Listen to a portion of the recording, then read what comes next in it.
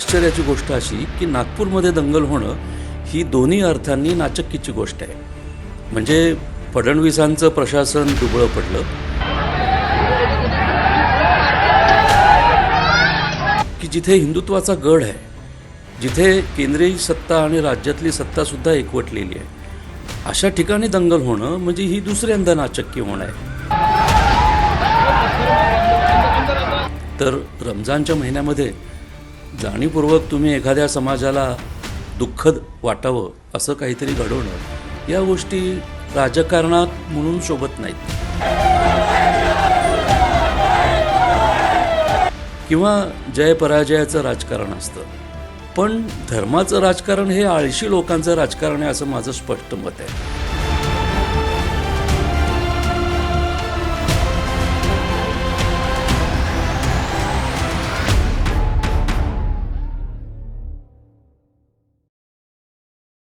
नमस्कार, मी गणेश पोकळे. लेट्सअपमध्ये आपलं सगळ्यांचं स्वागत आहे. आता महाराष्ट्रात काय चाललं आहे असा मुद्दा उपस्थित केल्याच्यानंतर अनेक प्रश्न तुमच्या मनात येतात आणि काही लोकांना त्याची उत्तरे मिळतील. पण असंख्य गोष्टी अशा आहेत की ज्याची आत्ता उत्तरं शोधणं गरजेचं आहे आणि ही का घडतं याची चिकित्सा होणं गरजेचं आहे. आता महाराष्ट्रात काय घडतं याच्यावरती आपण पुढे बोलणारच आहोत. कसं घडतं आहे, कशामुळे घडतं याची उत्तरं सर देणार आहात. पण मी ज्यांच्यासोबत आहे ते ज्येष्ठ विचारवंत आणि राजकीय विश्लेषक, ज्यांनी आत्तापर्यंत राजकीय घडामोडींची प्रत्यक्ष चिरफाड केलेली आहे. अनेक दिवसांपासून त्यांना महाराष्ट्र एक राजकीय विश्लेषक म्हणून ओळखतो. दुसरी गोष्ट, ते पत्रकार होते. आनंद बालराव मराठवाडा दैनिकात त्यांनी काम केलं. नंतर ते प्राध्यापक होते. त्यांच्या प्राध्यापकीचा अनुभव हा मला आहे. मीही त्यांच्या विद्यार्थी दशेतून गेलो. त्यामुळं आता आज जे महाराष्ट्रात घडतं आहे, ज्याने टोक घातलं आहे, त्यामुळं आज सगळ्यांचा असा विचार होता की आज याच्यावरती कोणतरी बोलणार हवं आहे. आणि त्याच्यापैकी बोलणारं कोण, तर समोर सरांचं नाव आलं. तर आज त्यांच्याकडे आलो आणि त्याची अनेक प्रश्नाची उत्तर आपल्याकडे आहे, घ्यायचीत आपल्याला जे प्रश्न आपल्याकडे आहेत. तर सर, तुमचं लेट्सअपमध्ये स्वागत आहे. धन्यवाद.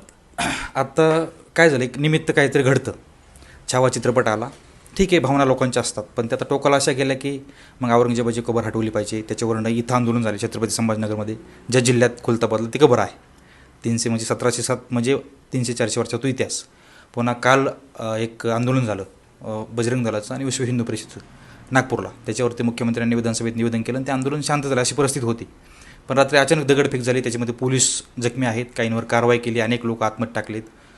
फडणवीस जे म्हणतात की आता मी कोणाला सोडणार नाही, ह्या सगळ्या गोष्टी आहेत. पण ही आता जी काय महाराष्ट्राची परिस्थिती टोकाला गेली, एक धार्मिक आणि जातीय धुळकणावर, त्याच्यावरती काय म्हणजे काय सांगाल? पहिली गोष्ट अशी की जेव्हा जेव्हा असं धार्मिक विद्वेषाचं वातावरण तयार होतं, तेव्हा तेव्हा माध्यमं आणि जे राजकीय कार्यकर्ते असतात त्यांच्या लेखी मालेगाव, भिवंडी, औरंगाबाद अर्थात संभाजीनगर, बीड किंवा अजून काही जी गावं बदनाम आहेत दंगलींबद्दल, त्यांची नावं उद्भवतात. पण यावेळेसची आश्चर्याची गोष्ट अशी की नागपूरमध्ये दंगल होणं ही दोन्ही अर्थांनी नाचक्कीची गोष्ट आहे. म्हणजे फडणवीसांचं प्रशासन दुबळं पडलं, ते गाफील राहिलं असा एक आरोप होतो आहे. आणि दुसरं की जिथे हिंदुत्वाचा गड आहे, जिथे केंद्रीय सत्ता आणि राज्यातली सत्तासुद्धा एकवटलेली आहे, अशा ठिकाणी दंगल होणं म्हणजे ही दुसऱ्यांदा नाचक्की होणं आहे. नागपूरमध्ये दंगल होईल असं कोणी वाटलंच, असं कोणी विचारही केला नसता, कारण तो हिंदुत्वाचा मोठा गड आहे. आणि ज्या भागात दंगल झाली त्या महाल भागामध्ये संघाचं जुनं कार्यालयसुद्धा आहे. तर या दोन गोष्टींनी असं लक्षात येतं आहे की प्रस्थापित गोष्टींकडे जे काही राजकीय पक्ष नेहमी बोट दाखवतात, त्याऐवजी आता नवीनच गोष्ट घडलेली आहे. कारण आत्ताच एका हिंदी वृत्तवाहिनीवर त्यातली जी महिला अँकर आहे ती सांगत होती की 1923 साली नागपुरात दंगल झाली होती. त्याच्यानंतर बहुधा बाबरी मशीद पाडल्यानंतरचा जो काही उद्रेक झाला तो झाला असेल, नंतर नागपूर शांत होतं. तर असे नवे नवे भाग निवडणं, नवी नवी शहरं निवडणं, ह्याचा अर्थ असा की एकतर सरकार पूर्णपणे गाफील राहिलं. म्हणजे पोलिसांना याच्या कटाची, जर हा कट असेल, पूर्वनियोजित असा शब्दप्रयोग होत असेल, तर त्याची अजिबातच माहिती नव्हती. आणि दुसरं, मला असं वाटतं की जे दंगेखोर होते त्या दंगेखोरांना भरपूर काही करता आलं. 33 पोलीस जखमी होणं किंवा 50वर वाहनांची मोडतोड होणं, त्यांची जाळपोळ होणं आणि काही मिनिटांसाठी किंवा काही एक तासासाठी अवघं शहर दंगेखोरांच्या हातात जाणं ही गोष्ट नागपुरासारख्या उपराजधानीच्या आहे की कालच्या राजधानीच्या शहरामध्ये घडणं ही अतिशय नाचक्कीची गोष्ट झाली आहे. आणि ह्याच्या मागे ज्यांचे राजकीय हितसंबंध असतील किंवा राजकीय स्वार्थ असतील त्याच्यामुळे तर आणखीनच बदनामी झालेली आहे. कारण सध्या रमजानचा महिना सुरू आहे. तर रमजानच्या महिन्यामध्ये जाणीवपूर्वक तुम्ही एखाद्या समाजाला दुःखद वाटावं असं काहीतरी घडवणं या गोष्टी राजकारणात म्हणून शोभत नाहीत. म्हणजे कुरघोडीचं राजकारण असतं, हितसंबंधाचं राजकारण असतं किंवा जयपराजयाचं राजकारण असतं. पण धर्माचं राजकारण हे आळशी लोकांचं राजकारण आहे असं माझं स्पष्ट मत आहे. कारण धर्म काय तुम्ही निर्माण केलेला नाही, जातीसुद्धा काय तुम्ही निर्माण केलेल्या नाही आहेत, इतिहास तुम्ही निर्माण केलेला नाही आहे. ह्या 3 गोष्टी जर आयत्या मिळत आहेत त्या आयत्या गोष्टींवर तुम्ही राजकारण करताय म्हणजे तुम्ही 1 नंबरचे आळशी, कामचुकार आणि अपयशी आहात. कारण राजकारण तुम्ही करताय विकासाच्या नावावर, लाडक्या बहिणीसारख्या योजनांच्या नावावर किंवा अजून काही तुम्ही हा देश विश्वगुरू तयार करण्याच्या मार्गावर आहे असं आश्वासन देऊन तुम्ही राजकारण करताय. ते राजकारण त्याच्यावरून दंगल झाली असती तर लोकांना आश्चर्य वाटलं असेल की आमच्या गावात उन्हाळा सुरू झाला आणि पाणीच नाही आहे. पाण्यावरून जर लोकांनी मोर्चा काढला असता, त्याच्यातून काही जाळपोळ झाली असती तर आपण नक्कीच समजून घेतलं असतं की ही असहनीय गोष्ट आहे. पण धर्म, जात आणि इतिहास ह्या काही गोष्टी कोणीच तयार केलेल्या नाही आहेत. त्याच्यामुळे हे आळशांचं तर राजकारण आहेच आहे, पण हे लोकांना उल्लू बनवण्याचं सुद्धा राजकारण आहे. कारण लोकांनाही आता पाणी, धान्य, भ्रष्टाचार, बेरोजगारी, पर्यावरणाचा ऱ्हास या सगळ्या गोष्टींमध्ये आता काहीही रस न वाटता त्यांनाही आयत्याच मिळालेल्या गोष्टींमधल्याच काही मुद्द्यांवर आपण रस्त्यावर यावं असं वाटणं ही मला वाटतं आपल्या समाजाचीच अत्यंत नाचक्की झालेली आहे. म्हणजे मी सरकारची नाचक्की झाली असे म्हणतो, लोकप्रतिनिधींची नाचक्की झाली असं म्हणतो, पोलिसांचा तर सगळा ताबा नाहीसा झाला आहे असं म्हणतो. पण ही आपल्या लोकशाहीची आणि ती लोकशाही जगवणाऱ्या लोकांची सुद्धा झालेली आहे की आपण कोणत्या प्रश्नावर आज भांडत आहोत किंवा रस्त्यावर उतरत आहोत. कोण कुठला औरंगजेब, त्याच्या कबरीचं असं काय म्हणून स्तोम माजलं जे 300-400 वर्षांपासून ती कबर इथंच आहे. आपण सर्वांनी ती अनेकदा पाहिलेली आहे. तर असं तिथं गेल्यानं आणि ती बघितल्यानं असं वावं काय होतं. त्याच्यामुळे मला असं वाटतं की या राजकारणाचा उपयोग फार दूरगामी होण्याचा विचार या दंगलीच्या मागे जे असतील त्यांचा दिसतोय. आणि तो कदाचित आता राज्यात होऊ घातलेल्या स्थानिक स्वराज्य संस्थांच्या निवडणुका असतील किंवा ज्या काही पोटनिवडणुका असतील त्या अनुषंगानं काही विशिष्ट जातीचा मतदार आपल्या मागे ओढायचा आणि एकवटायचा हेच राजकारण दिसतंय. नाहीतर हिंदू मुस्लिम म्हणा किंवा औरंगजेब म्हणा हे तर प्रश्न अनेक वर्षांपासूनचे आहेत. तुम्ही म्हणालात की तो एक गड आहे आणि त्या ठिकाणी आंदोलन म्हणजे आज ही हिंसा झाली आणि 1923 म्हणजे 100 वर्ष उलटून गेल्याच्या नंतर किंवा तितके पूर्ण होत आल्याच्यानंतर एखादी दंगल घडते. पण ही दंगल झाली त्यावेळेस फडणवीसांना माहीत होतं, ते गृहमंत्री आहेत, ते नागपूरचे आहेत आणि काही लोकांचा असं मत आहे की हा पूर्वनियोजित कट होता. मग याचा अर्थ फडणवीस आणि पोलिसांमध्ये समन्वय नव्हता का? फडणवीस आणि पोलिसांमध्ये समन्वय असणं नसणं हा मुद्दाच नाही आहे. मुद्दा आत्ताच्या 3 पक्षांच्या राज्यामध्ये या तिघांचं नीट जुळलं आहे का नाही का बेबनावच आहे हा मुद्दा आहे. म्हणजे गंमत अशी दिसते आहे की गेले काही दिवस अजित पवारांचं बऱ्यापैकी फुटेज टेलिव्हिजनमध्ये वाढलेलं आहे. अर्थमंत्री आहेत, त्यांनी त्यांच्या काकांपेक्षा वेगळा पक्ष करून दाखवला, निवडणुकांमध्ये मोठं यश मिळवलं, काही योजना अशा आणल्या की लोकांसाठी त्या हितकारक ठरतील. त्याचा परिणाम असा झाला की अजित पवार अजूनही धर्माचं राजकारण करत नाही आहेत. ते स्वतःला अजूनही सेक्युलर असं जाहीरपणे म्हणतात. त्यांच्या पक्षाचे कार्यकर्तेसुद्धा स्वतःला सेक्युलरच म्हणवतात. भाजपसोबत जाऊनही कारण आज जे नितीश कुमारांचा पक्ष आहे किंवा चंद्राबाबूंचा पक्ष आहे ते काही हिंदुत्ववादी पक्ष नाही आहेत. भाजपसोबत गेले तरी त्यांनी त्यांची स्वतःची आयडेंटिटी जपलेली आहे. तर अजित पवारांचं तोंड एकीकडे, शिंदे यांचं तोंड त्याच्या आधी जवळपास पडलेलंच होतं. म्हणजे शिंदे नाराज आहेत, ते सारखे गावाला जात आहेत, त्यांचं आणि फडणवीसांचं जमत नाही आहे, भाजपनं त्यांचा वापर केला तर ते टाकून देतील त्यांना. अशा प्रकारच्या बातम्या उद्भवत असताना या 3 नेत्यांचं आणि या 3 पक्षांचं एकमेकांशी नीट जुळतं आहे की नाही हाच मुद्दा आहे.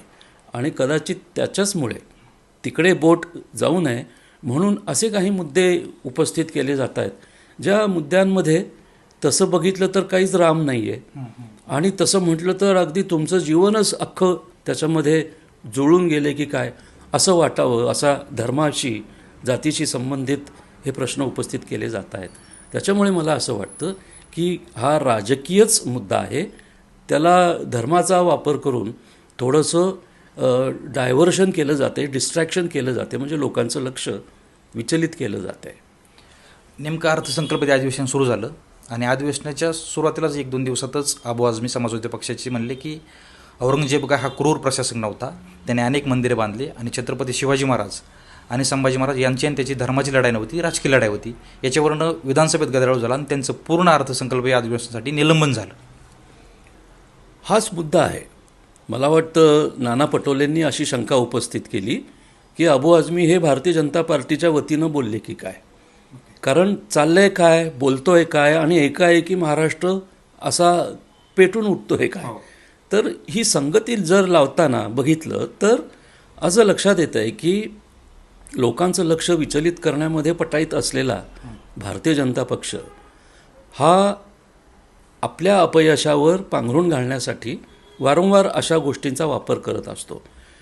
उदाहरणार्थ मराठवाडा भागामध्ये AIMIM नावाचा पक्ष आला. एकाएकी तो कसा काय आला, कुठून आला?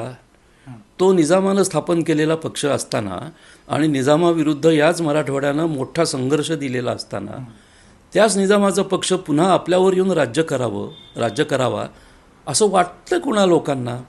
तर मला वाटतं अशा भावना किंवा दुर्भावना या अतिशय राजकीय विचारपूर्वक केल्या जात आहेत.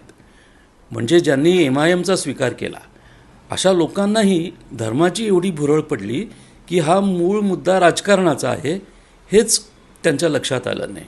तसंच मला असं दिसतंय की मूळ राजकीय अर्थशास्त्र एकीकडे आणि मग त्याच्यावर झाकण पडावं म्हणून काही धर्माचे मुद्दे उपस्थित केले की जे राजकारण आणि या 3 पक्षांचं राजकारण, विसंवादाचं म्हणा किंवा एकमेकाच्या संघर्षाचं म्हणा किंवा कुरघोडीचं म्हणा, ते ठळकपणे जाणवू देऊ नये म्हणूनच हा खटाटोप चालला आहे की काय अशी रास्त शंका घ्यायला वाव आहे. सर, असा एक मुद्दा होता महत्त्वाचा की नेमकं म्हणजे आता रोजगाराचे प्रश्न असतात. अनेक मुलं शिकून आहेत पण नोकरी नाही आहे, अनेक व्यवसाय असे आहेत की ते करू शकतात पण त्यांना आर्थिक सहाय्यता नाही, म्हणजे सगळ्याच गोष्टीत. पण नेमकं अधिवेशन सुरू होतं ना असं कुठला तरी मुद्दा निघतो, पूर्ण अधिवेशन होऊस तर अशाच मुद्द्यावरती म्हणजे धार्मिक जाती मुद्द्यावरती अधिवेशन जातं आणि अशा ज्या रोजगाराचे प्रश्न येतं, विकासाचे प्रश्न आहेत ते बाजूला राहतात. कसं आहे की धर्मापुढे तर्कशास्त्र हे नेहमीच लुळं पडतं. कोणताही धर्म घ्या, त्याच्यामध्ये आणि त्यांच्या ग्रंथांमध्ये जे काही लिहिलेलं असतं त्याला तुम्ही प्रतिवाद करू शकत नाही. म्हणूनच धर्म टिकून असतात. म्हणून तर्क, विवेक आणि धर्म या 3घांचं कधीच जमत नाही. तर्क आणि विवेक हे राजकारणात असतात, कारण तुमचं चुकलं हे मी तर्कशुद्धरित्या पटवून देऊ शकतो किंवा आमचं चुकलं हे तुम्ही अगदी विवेकी पद्धतीनं पटवून देऊ शकता. पण धर्माविरुद्ध कोणालाच काही बोलता येऊ नये अशी परिस्थिती उत्पन्न झालेली आहे. कार्ल मार्क्स असं म्हणतो की धर्मातल्याच सुधारणा केल्यावर खरं तुम्ही राजकारण सुरू करता, कारण धर्मानं इतकी तुमची नाकेबंदी केलेली असते किंवा वाचाबंदी केलेली असते की ती जर मोडून काढली तरच तुम्हाला तुमच्या वस्तुस्थितीकडे लक्ष पोचतं आणि तुम्हाला वस्तुस्थितीचे वर्तमानातले प्रश्न सोडवायला प्रेरणा मिळते. आत्ताचा राजकीय विचार असा दिसतोय की तुम्ही राजकारणाचा विचारच करू नका, तुम्ही फक्त धर्माच्या नावानेच एकवटा आणि त्याच्याबद्दल काही तर्क, त्याच्याबद्दल काही विवेक किंवा त्याच्यामध्ये काही सुधारणा अशा जर करू बघितल्या तर तुम्हाला फटका बसेल, तुम्हाला मार बसेल.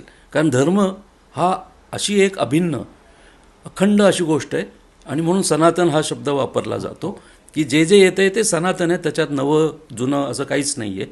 त्याच्यामुळे तुम्ही याच्यात हस्तक्षेप करू नये. आणि मग होतं असं की ज्यांच्या हातात धर्म असतो, ज्यांच्या हातामध्ये धर्मग्रंथातल्या काही गोष्टी असतात, त्यांचं राज्य सुरू होतं. कोण विश्व हिंदू परिषद कोणालाच माहिती नाही, कोण बजरंग दल कोणालाच माहीत नाही. हे लोक निवडले जातात का, हे लोक निवडून येतात का, हे निवडणुकांना थांबतात का, हे लोकशाहीवर विश्वास ठेवतात का, यांचं संविधानावर प्रेम आहे का, संविधानावर यांची श्रद्धा आहे का, या गोष्टीचा कुणीही विचार करत नाहीत. फक्त ही माणसं एका धर्माच्या नावाची संघटना चालवत आहेत म्हणून ती धर्मज्ञ झाली, धर्माचा ह्यांचा अभ्यास आहे असं आपोआपच समजलं जातं, असं गृहीत धरलं जातं आणि मग ते जे म्हणतील त्याच्या मागे लोक जातात. प्रतिवाद होऊच शकत नाही. आणखी एक मुद्दा की आता आमच्यापेक्षा तुम्ही अनेक सरकार पाहिली, जवळचे नेते पाहिले, मुख्यमंत्री पाहिले. तर हे 95ला मनोहर जोशी मला वाटतं युती सरकार काळामध्ये मुख्यमंत्री होते. नंतरच्या काळात आता फडणवीस 14ला मुख्यमंत्री झाले भाजपचे. पण हे भारतीय जनता पक्षाचं किंवा युतीचं सरकार आलं तरच अशी परिस्थिती असते का अनेक सरकारात अशी परिस्थिती यायची? कसं आहे की काँग्रेस पक्षानं सुद्धा कधी ठाम ठोस भूमिका घेतली नाही.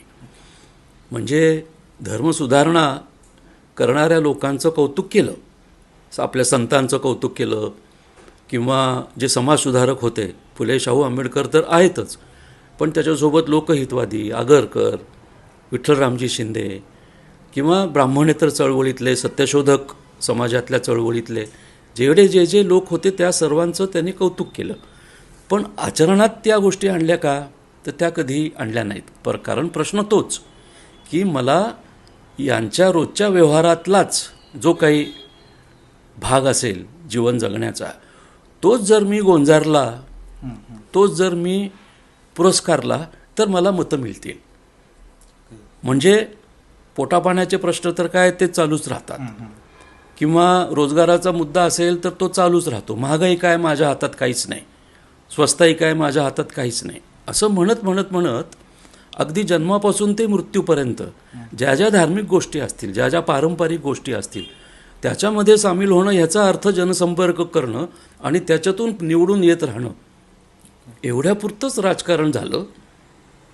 जाहीरनाम्याच्या गोष्टी याच्यावर खरं तर निवडणुका जिंकल्या पाहिजेत ना, की पुढच्या 5 वर्षात मला ह्या योजना आणायच्या आहेत, हे कार्यक्रम करायचे आहेत, लोकांचं जीवनमान सुधारण्यासाठी मला ह्या धोरणांची अंमलबजावणी करायची आहे, तर मतदान आणि निवडणुका या रास्त ठरतील. पण त्याच्यावर न बोललं जातं जात, धर्म, व्यक्तिमत्व, भाषा, आक्रमकता, पैसा, खानपान, गुंडगिरी, दबाव, अशा सगळ्या गोष्टींचा वापर करणं म्हणजे हे आळशांचंच राजकारण आहे असं माझं म्हणणं आहे. आणि म्हणून या सगळ्या गोष्टींचा बडेजाव फार पूर्वीपासून काँग्रेस पक्षानंच तो रुजवला आणि आता काँग्रेस पक्षापेक्षा जास्त टोकाची भूमिका घेऊन भारतीय जनता पार्टी करते. मधला काळ शिवसेनेचा आला, नावातच शिवसेना असल्यामुळे शिवाजी महाराजांचा इतिहास आणि त्या अनुषंगानं धर्माचा वापर या गोष्टी शिवसेनेनं केल्या. प्रत्यक्ष पोटापाण्याचे किंवा जे मटेरियलिस्टिक म्हणतो ऐहिक प्रश्न असतो, की राजकारण हे शेवटी ऐहिक प्रश्नांवरच चालतं, ते तर्क आणि विवेकावरच चालायला पाहिजे. तसं न होता अवघ्या देशभरातच हा राजकारणाचा प्रवाह आता धर्ममिश्रित, जात मिश्रित, संस्कृती आणि इतिहास मिश्रित होऊन गेल्यामुळे हे राजकारण चाललं आहे का धर्मकारण चाललं आहे, हा प्रचंड मोठा संभ्रम तयार झालेला आहे. आजच लोकसभेत बोलताना पंतप्रधान नरेंद्र मोदी असं म्हणाले की मी जे काही सगळे लोक कुंभमेळ्याला गेले त्यांच्याकडे बघून त्यांच्यासमोर नतमस्तक होतो, कारण आपली एकी जगाला दिसली. परत तेच आहे की राज ठाकरेसारखा एक तसा एका विवेकशील, तर्कशील, सत्यशोधक चळवळीच्या कुटुंबातला माणूस जो स्पष्टपणे जाहीर सभेत सांगतो की माझा कशावरच विश्वास नाही, की बुडी घेतल्यामुळं पाप नाहीचं होतं, किंवा गंगेचं आचमन केल्यानंतर तुम्हाला पावित्र्य मिळतं, किंवा नंतर मोक्षाकडे तुम्हाला जाता येतं. ह्या सगळ्या नाकारणाऱ्या लोकांचं राज्य महाराष्ट्र म्हणून ओळखलं जात होतं ना, की महाराष्ट्र हा अत्यंत पुरोगामी विचारांचा का मानला जातो, तर इथे संतांनी परमेश्वर आणि भक्त ह्यांच्यामधला जो काही पुरोहित, पुराणिक, भट, ब्राह्मण होता तो काढून टाकला. आणि म्हणून आपल्याकडे जग या रीतीने बघतं की मध्यस्थांच्या ज्या ज्या काही गरजा होत्या त्या ह्या समाजानंच उखडून टाकल्या, की मी कशी प्रार्थना करावी आणि मी माझ्या ईश्वराला प्रसन्न कसं करून घ्यावं हे सांगणारं तू कोण. माझं आणि ईश्वराचं नातं अखंड आहे, ते आम्ही बघून घेऊ, हे आपल्याला संतांनी सांगितलं. समाजसुधारकाने सुद्धा सांगितलं. आणि मधल्या काळामध्ये जो स्वातंत्र्य चळवळीचा काळ आला त्याच्यामध्ये परत जे कोणी ब्युरोक्रॅट्स होते किंवा सनदशीर मार्गाचे लोक होते स्वातंत्र्य सैनिक, त्यांच्याऐवजी गांधी असं म्हणाले की आम्ही आणि इंग्रज दोघेच आम्ही बघून घेऊ, आम्हाला तिसऱ्या देशाची किंवा तिसऱ्या व्यक्तीची आम्हाला गरज नाही, आमचं भांडण आमच्या दोघांचंच आहे आणि आम्ही ते आमच्याच मार्गाने लढू. तर अशी मोठी परंपरा असताना सुद्धा एकी होतीच ना. त्यावेळी ऐक्याला केवळ धर्मच आवश्यक असतो किंवा जातच आवश्यक असते असं काही नाही आहे. गांधीजींनी, नेहरूंनी, सुभाषबाबूंनी, अगदी सावरकरांनी सुद्धा राजकारण करूनच ऐक्य उत्पन्न केलं आणि ते ऐक्य इतकं जबरदस्त झालं की शेवटी इंग्रजांना देश सोडून जावा लागला. त्याच्यामुळे घटना घडत आहेत, फक्त त्या घटनांचं इंटरप्रिटेशन भारतीय जनता पार्टीचे लोक आणि हे असे नेते जाणीवपूर्वक धर्माकडे नेत आहेत. म्हणजे मग धर्माचंच राजकारण हे प्रभावी ठरेल आणि जे वस्तुस्थितीचं राजकारण आहे किंवा पोटापाण्याचं जे राजकारण आहे ते बाजूला पडावं आणि मग यांचं अपयश झाकून जावं, अशाच पद्धतीचं हे बोलणं दिसतंय. सर, आता शेवटचा प्रश्न. आत्ता जी महाराष्ट्रातली परिस्थिती, एकीकडे आपण महाराष्ट्राला प्रगतशील महाराष्ट्र म्हणायचं, पुरोगामी महाराष्ट्र म्हणायचं, विचारवंताचं महाराष्ट्र म्हणायचं, संतांचा महाराष्ट्र म्हणायचं, पण दुसऱ्या बाजूला अक्षरशः माणसाला चटके देऊन मारतात, कापून मारतात, खून करतात, मुंडकं तोडतात, याच्यापेक्षा हिंसक दंगली होतात. आणि याला मूळ असतं कुठेतरी धर्माचं, कुठेतरी काहीतरी कोणतरी बोललेलं असतं, जातीचा वाद असतो. तर हे भाजपच्या काळात होतं आहे का सगळ्यांच्याच काळात हे झालं आहे का? दुसरी गोष्ट, फडणवीसांना हे जाणीवपूर्वक होऊ द्यायचं आहे का थांबवता येत नाही आहे? असं असतं की माणसाला जीव द्यायचा असेल तर काहीतरी ट्रिगर पॉईंट लागतो. म्हणजे हे माझं मत नाही आहे, हे जे मानसशास्त्रज्ञ असतात तो ट्रिगर पॉईंट असतो, तो शोधत असतो. मग कधी घरातलं भांडण असो, शेतातली नापिकी असो, सावकारानं किंवा बँकेनं केलेला तगादा असो, किंवा गावात कुठेतरी झालेला अपमान असो, नाहीतर धर्म किंवा जातीवर कोणी काही बोललं तर त्याचं दुःख झालेलं असो, ते त्या व्यक्तीलाच माहीत असतं. परंतु जेव्हा अवघा समाजच आत्महत्या करायला जातो तेव्हा कोणाला थांबवता येत नाही. आपल्याला एक व्यक्ती थांबवता येते की बाबा रे हे चुकीचं आहे, बाई ग हे असं करू नये, तुझ्यामुळे तुझ्यानंतर हे सगळे उघडे पडतील, असं आपल्याला एका व्यक्तीला बजावता येतं. पण अवघा समाज किंवा अवघा देशच जर बलिदान करायला तयार होतो आहे, इतका त्याग करायला तयार होतो आहे, तर कुठलीही समजूत म्हणून तर्क आणि विवेक ही तिथे लंगडी पडणारच. म्हणजे हिटलर अत्याचार करतोय आणि 30 लाखांच्या वर जूनची हत्या करतोय, हे काय जर्मन लोकांना माहीत नव्हतं का? माहीत होतं. पण जे चाललंय त्याच्यात आपला काय संबंध आहे, किंवा जे चाललंय ते योग्यच आहे असं जर जर्मन लोकांना वाटत असेल तर मग जर्मन लोकांवर नंतर अवघ्या जगानं जो काय राग व्यक्त केला, संताप व्यक्त केला, तो योग्यच होता. कोणाला काही माहीत नसतं असं नसतं, सगळ्यांना सगळं माहीत असतं. पण एकाच पक्षाच्या राज्यात ते होतं आहे किंवा एकाच धर्मामुळे ते होतं आहे, ती तर एक बाजू झालीच झाली, पण त्याच्या जोडीने अनेक प्रश्न असतात. आणि म्हणून राजकारणाकडे बघताना आपण असं म्हटलं पाहिजे की आत्तापर्यंत ज्या ज्या पक्षाला बहुमत मिळालं ह्याचा अर्थ त्या पक्षाचा विचार तर लोकांनी स्वीकारला का? 30 वर्ष पश्चिम बंगालमध्ये कम्युनिस्टांची सत्ता होती, अगदी आत्ता 10 वर्षांपूर्वीपर्यंत होती. ह्याचा अर्थ अवघा पश्चिम बंगाल कम्युनिस्ट झाला का? प्रत्येक नागरिक कम्युनिस्ट झाला का? मार्क्स वाचत होता का तो? अजिबात नाही. तसंच होतं आहे की एखाद्या पक्षाचं एक धोरण आवडलं म्हणून त्याच्यामागे मतदान केलं जातं, ह्याचा अर्थ तो मनुष्य पूर्णपणे त्या पक्षाच्या विचारसरणीला शरण गेला असं नसतं, पण पक्षाचे नेते असा विचार करत असतात की बघा बघा बघा बघा आम्हाला आता लोकांनी निवडून दिलेलं आहे, बघा बघा बघा आमच्या धोरणांच्या मागे इतके लोक उभे आहेत, तेव्हा आमचं हे जे करणं आहे ते योग्यच आहे. त्याच्यामुळं हा एक बेबनाव तयार होतो. आणि जी प्रसारमाध्यमं आहेत, म्हणजे तुमच्यासारखी नव्हेत, जी प्रस्थापित माध्यमं आहेत ती रोज रात्री हिंदू मुस्लिमच चर्चा करतात. जणू काही ह्यांना तोच विषय सापडलेला आहे. गेली आता 7-8 वर्ष झाली रोज रात्री हिंदी वाहिन्या, इंग्रजी वाहिन्या पोटापाण्याच्या प्रश्नांपेक्षा हिंदू मुस्लिम, संस्कृती, हिंदुत्व, जात, आरक्षण ह्याच मुद्द्यांवर चर्चा करतायत. अशा वेळी तो जो समाज असतो तो समाज हे असाच विचार करायला लागतो की बरोबर आहे बाबा, हेच म्हणतायत तेव्हा हेच खरं असलं पाहिजे, हेच बरोबर असलं पाहिजे. एक प्रकारचं हॅमरिंग होतं आहे. आणि हॅमरिंग होतं आहे हे माहीत असताना त्याला संमती पण दिली जाते ना. असा कोणता हिंदू माणूस आहे की जो मुसलमानांकडून छळला गेला आहे किंवा त्याला मुसलमानांनी प्रचंड त्रास दिला आहे म्हणून तो अँटी मुस्लिम झाला आहे? तसं असेल तर योग्य. किंवा अगदी गावागावामध्ये ब्राह्मणेतर प्रश्न असतो, अगदी ब्राह्मणांनी अतोनात छळ केला आहे म्हणून ब्राह्मणांच्या विरोधात बोलतोय, मान्य. किंवा ब्राह्मणेतरांनी छोट्या जातींचा छळ केला आहे, छोट्या जातींवर बहिष्कार घातला आहे किंवा नाकेबंदी केलेली आहे, तर त्या दोन जातींमधलं जे काही वैमनस्य असतं ते आपण सार्थ ठरवूया. पण असं कुठेच घडत नाही ना. आज प्रत्येक गावामध्ये हिंदूंच्या वस्त्या वेगळ्या, मुसलमानांच्या वस्त्या वेगळ्या, आणि केवळ कुठल्या तरी काल्पनिक किंवा वैचारिक नसलेल्या पण वैचारिक आहेत अशा भासवलेल्या मुद्द्यांवर जर पेटून उठत असेल एखादा समाज किंवा एखाद्या शहरात दंगल होत असेल, तर मग आपण वैचारिकतेच्या कड्यावरून दरीमध्ये उडी टाकली आहे की काय? आपण विचार करणं थांबवलं आहे का? आपला विवेक, आपला तर्क आणि महाराष्ट्राची जी संस्कृती जी आपण शिवाजी महाराजांपासून स्वीकारलेली आहे ती आपण टाकून दिली की काय, असाच संशय यायला लागतो.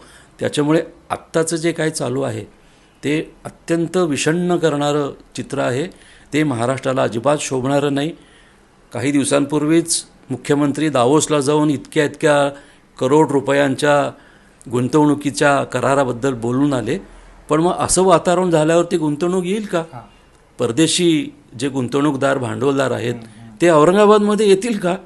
म्हणजे औरंगाबादच्या नागरिकांनी विचार केला पाहिजे की हे कुठल्या थरावर जाऊन पोचेल, केवढं नुकसान होईल. इथे अजून पाणी रोज मिळत नाही. आता रोजगारही न मिळण्याची व्यवस्था केली जाते का धार्मिक उन्माद घडवून? तेव्हा संभाजीनगरच्या, औरंगाबादच्या या नागरिकांनी सर्व महाराष्ट्राला सांगितलं पाहिजे की बाबांनो, आमचं आर्थिक नुकसान करू नका, आमचं सामाजिक नुकसान करू नका. कारण एखादा माणूस धर्माचा कोणताही असो, तो जर कुशल कामगार असेल तर त्यालाच नोकरी मिळेल ना. तो जर उत्तम कुशल कामगार असेल तर त्याच्या हातून राष्ट्राचीच सेवा होणार आहे, त्याच्या हातून अर्थव्यवस्थेलाच काहीतरी बळ मिळणार आहे. तर अशा गोष्टी होत असताना म्हणजे नुकतंच एकीकडे मुख्यमंत्री संभाजीनगरमध्ये इतकी गुंतवणूक येणार, संभाजीनगर इतकं विकसित होणार असं बोलत आहेत, आणि त्याच गावातल्या कधीतरी इतक्या जुन्या सम्राटाच्या एका थडग्याबद्दल प्रश्न उकरून तिथेच जर तुम्ही सामाजिक संघर्ष उत्पन्न करतायत तर कामगार कामावर जाऊ शकतील का? ते उत्पादन बाहेरगावी जाऊ शकेल का? आयात निर्यातीचा प्रश्न सुटेल का? आणि भांडवल येईल का? या सगळ्या गोष्टींचा विचार शांतपणे करायची गरज आहे. भावनिक भडका उडवून अजिबात नाही. म्हणून माझं छत्रपती संभाजीनगरातल्या नागरिकांनाच आवाहन आहे की बाबांनो, तुम्हीच पुढाकार घ्या आणि महाराष्ट्र शांत करा. सर धन्यवाद. कारण त्यांनी असं सांगितलं की धर्माची ही अशी गरज नसते की एक याला फक्त धर्मच आवश्यक आहे. कारण स्वातंत्र्याच्या काळात सगळे एकत्र आले आणि इंग्रजांना गांधींनी पाठवलं किंवा त्या चळवळीने पाठवलं. पुढचा त्यांचा असाही मुद्दा आहे की आम्हाला वेळेवर पाणीच मिळत नाही पण आता रोजगारसुद्धा मिळणार नाही, अशी व्यवस्था सरकार करतं आहे काय? तर ह्या सगळ्या भावनिक गोष्टीत न पडता आपल्याला रोजगार कसा मिळेल, ह्या सगळ्या गोष्टी सुरळीत कशा राहतील. आणि दुसरी गोष्ट, पूर्वीच्या कुठेतरी थडग्याचा इतिहास काढून जर आपण असं लढणार असोल तर आपलं किती हाकनाक नुकसान होईल असंही सरांनी सांगितलं आहे. लेट्सअप मराठीमध्ये गणेश पोकळे, छत्रपती संभाजीनगर.